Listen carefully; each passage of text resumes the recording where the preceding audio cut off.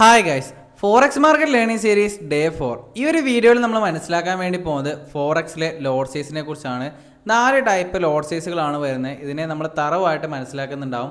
കഴിഞ്ഞ വീഡിയോയിൽ നമ്മൾ പിപ്സിനെ കുറിച്ചായിരുന്നു മനസ്സിലാക്കിയിട്ടുണ്ടായിരുന്നു. മാർക്കറ്റിലെ ഒരു പോയിന്റ് മൊമെൻറ്റത്തെയാണ് ഒരു പോയിന്റ് മാർക്കറ്റ് മൊമെൻറ്റം വന്നു എന്ന് മനസ്സിലാക്കാൻ വേണ്ടി ഫോറക്സ് മാർക്കറ്റിൽ യൂസ് ചെയ്യുന്ന വേർഡാണ് പിപ്പ്. അപ്പോൾ കഴിഞ്ഞ ക്ലാസ്സിൽ നമ്മൾ ഡീറ്റെയിൽ ആയിട്ട് പിപ്പിനെ കുറിച്ച് തന്നെ പഠിച്ചിട്ടുണ്ടായിരുന്നു. ആ വീഡിയോ എല്ലാം കണ്ടതിന് ശേഷം ഇങ്ങോട്ട് വരിക. നിങ്ങളൊരു ബിഗിനർ ആണെന്നുണ്ടെങ്കിൽ ഈ ഒരു ചാനൽ എന്തായാലും നിങ്ങൾക്ക് ഹെൽപ്ഫുൾ ആയിരിക്കും. നിങ്ങൾ എന്തായാലും സബ്സ്ക്രൈബ് ചെയ്യുക, ലൈക്ക് ചെയ്യുക, ആ ഒരു ബെല്ലൈക്കൻ എനേബിൾ ചെയ്ത് വെക്കുക. നിങ്ങളുടെ ഫോറക്സ് മാർക്കറ്റ് പഠിക്കാൻ താല്പര്യമുള്ള ഫ്രണ്ട്സിന് ഷെയർ ചെയ്ത് കൊടുക്കുക. അതേപോലെ നമ്മുടെ ടെലഗ്രാം കമ്മ്യൂണിറ്റിൻ്റെ ലിങ്ക് ഡിസ്ക്രിപ്ഷനിലുണ്ട്. അവിടെ പോയിട്ട് നിങ്ങൾക്ക് ഒരു ടെലഗ്രാം കമ്മ്യൂണിറ്റി, ഫ്രീ ടെലഗ്രാം കമ്മ്യൂണിറ്റിയിൽ ജോയിൻ ചെയ്യാൻ വേണ്ടി പറ്റുന്നതാണ്. അപ്പോൾ എന്താണ് ലോട്ട് സൈസ്, എന്തിനാണ് ഇത് യൂസ് ചെയ്യുന്നത് നമ്മൾ ഫസ്റ്റ് മനസ്സിലാക്കേണ്ടതായിട്ടുണ്ട്. ഒരു കൂട്ടം ഷെയറുകളെയാണ് നമ്മൾ ലോട്ട് എന്ന് പറയുന്നുണ്ടാകുക. ഇതിന് നമ്മൾ യൂണിറ്റ്സ് ആയിട്ടായിരിക്കും ഫോറക്സിൽ മനസ്സിലാക്കുന്നുണ്ടാകുക. ഇപ്പോൾ കറൻസി പെയറിലേക്ക് പോകുന്ന സമയത്ത് ഒരു കൂട്ടം യൂണിറ്റ്സ് ആയിട്ടായിരിക്കും നമ്മൾ പർച്ചേസിങ് കാര്യങ്ങളെല്ലാം ചെയ്യുന്നുണ്ടാകുക. അപ്പോൾ ഇതിനെ ലോട്ട് എന്ന് പറയുന്നുണ്ടാവും. ഷെയറുകളുടെ എണ്ണത്തെയാണ് നമ്മൾ ലോട്ട് എന്ന് പറയുന്നുണ്ടാകുക. ഒരു ബണ്ടിലായിട്ടായിരിക്കും നമ്മൾ ഇതിനെ ബൈ ആൻഡ് സെല് ചെയ്യുന്ന സമയത്ത് യൂസ് ചെയ്യുന്നുണ്ടാകുക. അപ്പോൾ എന്താണ് ഫോറക്സ് മാർക്കറ്റിൽ ലോട്ട് സൈസ് എന്ന് മനസ്സിലാക്കാം. ഇവിടെ 4 ടൈപ്പ് ലോട്ട് സൈസുകളാണുള്ളത്: സ്റ്റാൻഡേർഡ്, മിനി, മൈക്രോ, നാനോ. ഇതിൽ നാനോ നമ്മൾ യൂസ് ചെയ്യുന്നുണ്ടാവില്ല. ഒട്ടുമിക്ക എല്ലാ ബ്രോക്കറിലും നമുക്ക് മൈക്രോ വില ആയിരിക്കും അലോ ചെയ്തിട്ടുണ്ടാകുക. 0.01 വരെ ആയിരിക്കും. അപ്പോൾ എന്താണ് ഈ സ്റ്റാൻഡേർഡ്, മിനി, മൈക്രോ നമ്മൾ മനസ്സിലാക്കേണ്ടതായിട്ടുണ്ട്.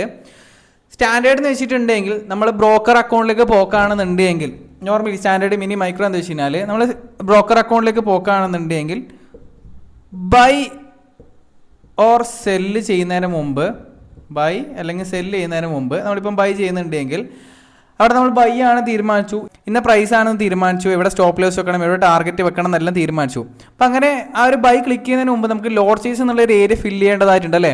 അപ്പോൾ എത്ര യൂണിറ്റ്സ് ആണ്, എത്ര ക്വാണ്ടിറ്റി ആണ് എടുക്കേണ്ടത് നമ്മൾ ചോദിക്കുന്നുണ്ടാവും. അപ്പോൾ നമ്മൾ അവിടെ എത്രയാണ് കൊടുക്കേണ്ടതെന്നാണ് ഇവിടെ നമുക്ക് കാണിച്ചു തരുന്നത്. അതിനെയാണ് ഈ ഒരു സ്റ്റാൻഡേർഡ്, മിനി, മൈക്രോ എന്നെല്ലാം പറഞ്ഞിട്ട് ഡിവൈഡ് ചെയ്ത് വെച്ചിട്ടുള്ളത്. അപ്പോൾ സ്റ്റാൻഡേർഡ് എന്ന് വെച്ചിട്ടുണ്ടെങ്കിൽ ഇവിടെ നമ്മൾ നോർമലി ഒരു ബൈ കൊടുക്കുന്ന സമയത്ത് 1 കൊടുത്തിട്ട് ഒരു ബൈ കൊടുത്തിട്ടുണ്ടെങ്കിൽ അവിടെ ഒരു പിപ്പ് മാറുന്ന സമയത്ത് എത്രയാണ് പ്രോഫിറ്റ് ആൻഡ് ലോസ് വരിക നമ്മൾ മനസ്സിലാക്കേണ്ടതായിട്ടുണ്ട്.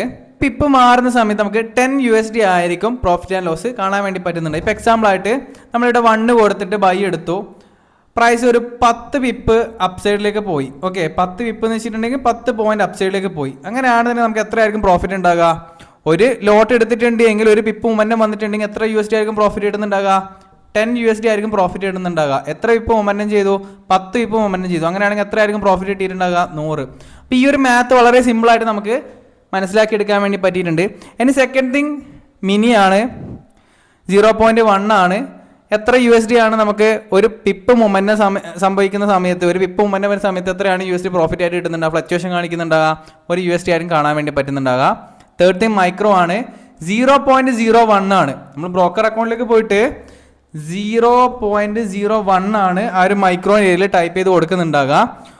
ഒരു പിപ്പ് മൊമെന്റം വന്നിട്ടുണ്ടെങ്കിൽ, ഒരു പിപ്പ് മൊമെന്റം വന്നു കഴിഞ്ഞാൽ അവിടെ 1 സെന്റ് ആയിരിക്കും നമുക്ക് പ്രോഫിറ്റ് ആൻഡ് ലോസ് ആയിട്ട് കാണിക്കുന്നുണ്ടാകുക. ഓക്കെ, അപ്പൊ എന്താണ് നമുക്ക് ഈ ഒരു ലോട്ട് സൈസിന്റെ സംഭവം എന്ന് മനസ്സിലായിട്ടുണ്ട്. അതായത് ബ്രോക്കർ അക്കൗണ്ടിലേക്ക് പോയിട്ട് ആ ഒരു പെർട്ടിക്കുലർ ഏരിയയിൽ ടൈപ്പ് ചെയ്ത് കൊടുത്തിട്ടുണ്ടെങ്കിൽ ബൈ ആൻഡ് സെല് ചെയ്യുന്നതിന് മുമ്പ് നമുക്ക് ആ ഒരു ലോട്ട് സൈസ് തീരുമാനിക്കാൻ വേണ്ടി പറ്റുന്നതാണ്. അത് ബേസ് ചെയ്തിട്ടായിരിക്കും നമുക്ക് പ്രോഫിറ്റും ലോസും എല്ലാം വരുന്നുണ്ട് നമുക്ക് മനസ്സിലായിട്ടുണ്ട്. അതേപോലെ ഒരു എക്സാമ്പിൾ നിങ്ങൾക്ക് മനസ്സിലായിട്ടുണ്ട്. ഇവിടെ നിങ്ങൾ ഏറ്റവും കൂടുതൽ മനസ്സിലാക്കേണ്ടത് ഈ ഒരു 3ൽ സ്റ്റാൻഡേർഡ് എന്ന് വെച്ച് കഴിഞ്ഞാൽ 1 ലോട്ടാണ്.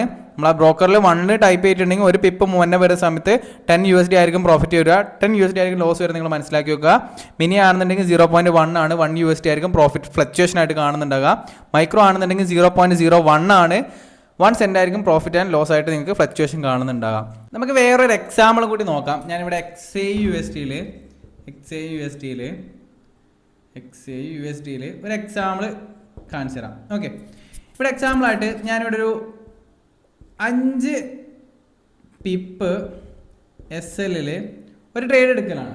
ആ ഒരു ട്രേഡിൽ എനിക്ക് $50 ലോസ് ഞാൻ എക്സ്പെക്ട് ചെയ്യുന്നല്ലോ. അങ്ങനെയാണെന്നുണ്ടെങ്കിൽ ഈ ലോട്ട് സൈസിൽ ഏത് ലോട്ട് ഞാൻ പിക്ക് ചെയ്യണം? സിമ്പിളായിട്ട് ആലോചിച്ച് നോക്കിയേ. ഇവിടെ 1 ലോട്ട് എടുക്കുന്നുണ്ടെങ്കിൽ 10 USD ആയിരിക്കും ഒരു പിപ്പ് മൊമെന്റ് വരുന്ന സമയത്ത് നമുക്ക് പ്രോഫിറ്റ് ആൻഡ് ലോസ് ആയിട്ട് കാണുന്നുണ്ടാകാം. Into 5 pip $50.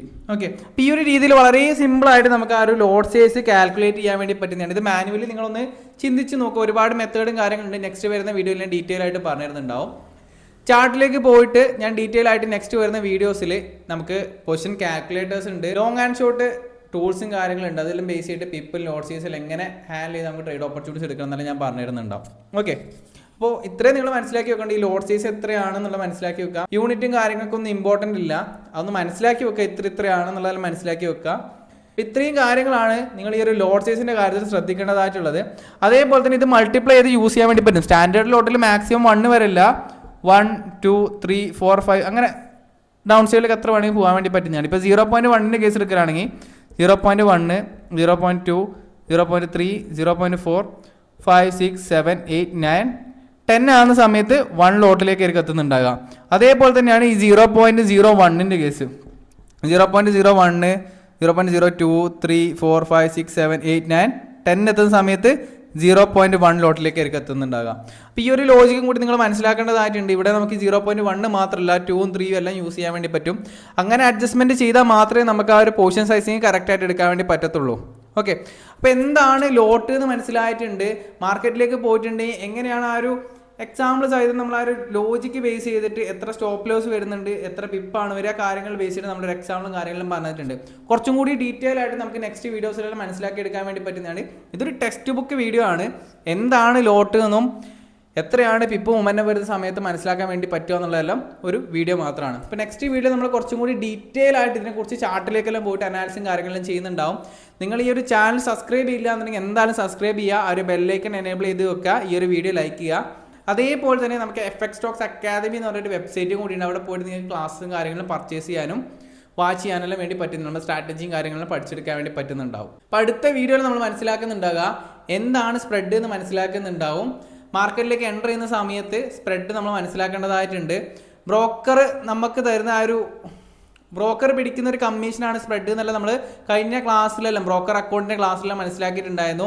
നിങ്ങൾ ഇതുവരെ ബ്രോക്കർ അക്കൗണ്ട് ഓപ്പൺ ചെയ്യില്ല എന്നുണ്ടെങ്കിൽ ഡിസ്ക്രിപ്ഷൻ ലിങ്ക് ഉണ്ട്, അവിടെ പോയിട്ട് അക്കൗണ്ട് ഓപ്പണിംഗ് കാര്യങ്ങളും വീഡിയോസും കാര്യങ്ങളും ഐ ബട്ടണിലേക്ക് പോക്കുകയാണെങ്കിൽ ഇതുവരെയുള്ള വീഡിയോസും കാര്യങ്ങളും മനസ്സിലാക്കിയെടുക്കാൻ വേണ്ടി പറ്റുന്നുണ്ടാവും. അപ്പോൾ നെക്സ്റ്റ് വീഡിയോയിൽ എന്താണ് സ്പ്രെഡ് നമുക്ക് ഡീറ്റെയിൽ ആയിട്ട് മനസ്സിലാക്കാൻ വേണ്ടി പറ്റുന്നതാണ്. അപ്പോൾ എന്തായാലും നമുക്ക് നെക്സ്റ്റ് വീഡിയോ കാണാം. ബൈ.